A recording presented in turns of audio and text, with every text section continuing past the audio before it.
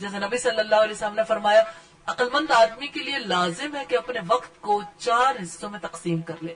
ایک حصہ اپنے رب کی یاد کے لیے، ایک حصہ اس کائنات میں غور و فکر کرنے کے لیے، ایک اپنے نفس کے محاسبے کے لیے، اور ایک دنیا کی بات آپ نے حضرت ابو ذر کے سوال کا جواب دیتے ہوئے کہی تھی جب انہوں نے کہا کہ ہمیں صوف ابراہیم اور صوف موسیٰ کی کچھ باتیں سنائیے، تو اس پر آپ نے یہ بات بھی سنائی تھی کہ ٹائم مینجمنٹ کیسے کرنے ہیں، تو وقت کو مینج کرنا بہت زیادہ ضروری ہے.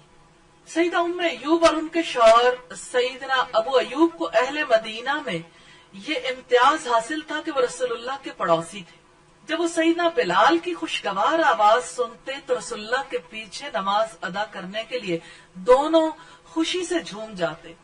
وہ ہر اذان کے سننے کے بعد اللہ تعالیٰ کا اس نعمت پر شکر ادا کرتے کہ اس نے دین اسلام کی طرف ان کی رہنمائی کی. لیکن حمد و شکر کا صرف زبان سے اظہار کافی نہیں، ایمان کا دل میں جگہ پکڑنا، عمل سے تصدیق ہونا ضروری. ام ایوب انصاریہ بھی باقاعدگی کے ساتھ فرض نمازیں ادا کرتی، اللہ کا قرب حاصل کرنے کے لیے نوافل ادا کرتی، رات کو کم سوتی تھی، زیادہ حصہ عبادت میں مصروف رہتی. نوافل صرف نمازوں میں نفلی عبادت نہیں کرتی تھی بلکہ نفلی روزے بھی رکھتی تھی.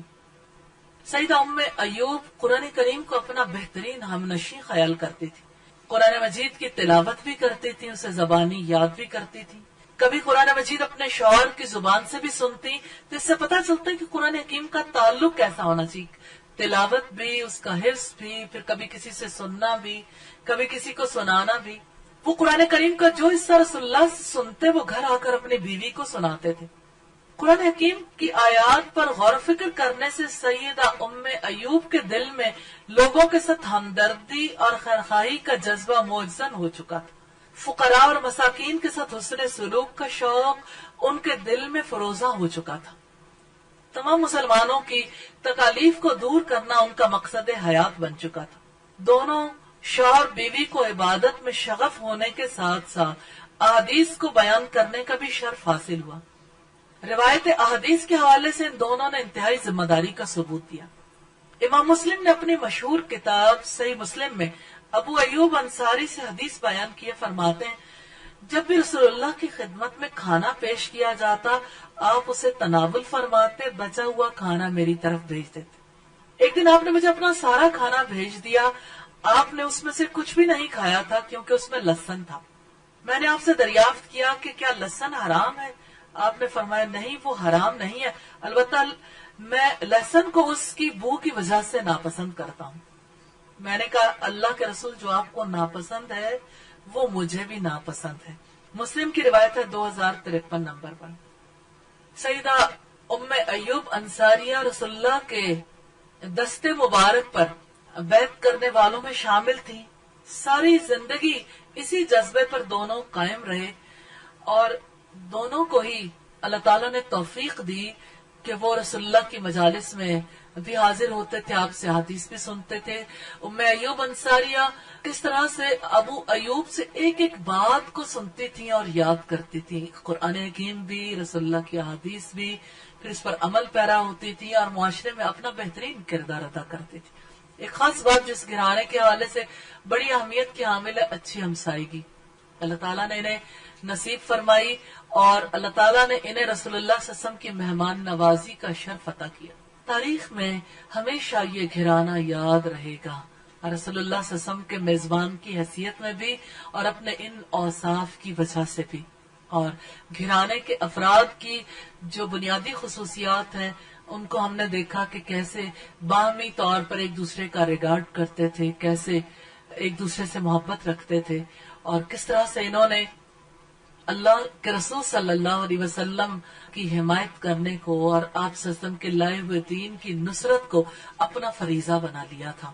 اللہ تعالیٰ ان پر اپنی رحمت نازل فرمائے، ان سے راضی ہو جائے. پھر ام ایوب انصاریہ قضائے الہی سے وفات پا گئی. ابو ایوب انصاری کے حوالے سے ایک خاص چیز ہمیں اور بھی ملتی ہے، روایت حدیث کے حوالے سے ان کی احتیاط. ابو ایوب انصاری اور ان کے ایک ساتھی نے ایک حدیث اکٹھی سنی تھی، اس حدیث کو انہوں نے کبھی بیان نہیں کیا تھا. پھر ایسا ہوا کہ ابو ایوب انصاری نے نئی سواری، نیا گھوڑا خریدا تیاری کی. 1 مہینے کے مسافت کے بعد مصر پہنچے. اپنے ساتھی سے یہ کہا کہ میں نے رسول اللہ صلی اللہ علیہ وسلم سے حدیث سنی تھی جس میں آپ میرے ساتھ.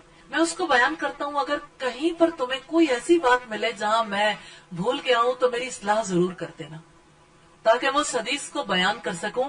کیونکہ اگر کسی نے بیان نہیں کیا تو ظاہر ہے اس کی سزا بہت سخت ہے، کتمان کی، حق چھپانے کی. تو جب ان کے ساتھی نے حدیث سنی تو کہا کہ بالکل اسی طرح سے رسول اللہ صلی اللہ علیہ وسلم نے بیان کی تھی اور میں نے اسی طرح سے اسے یاد کیا.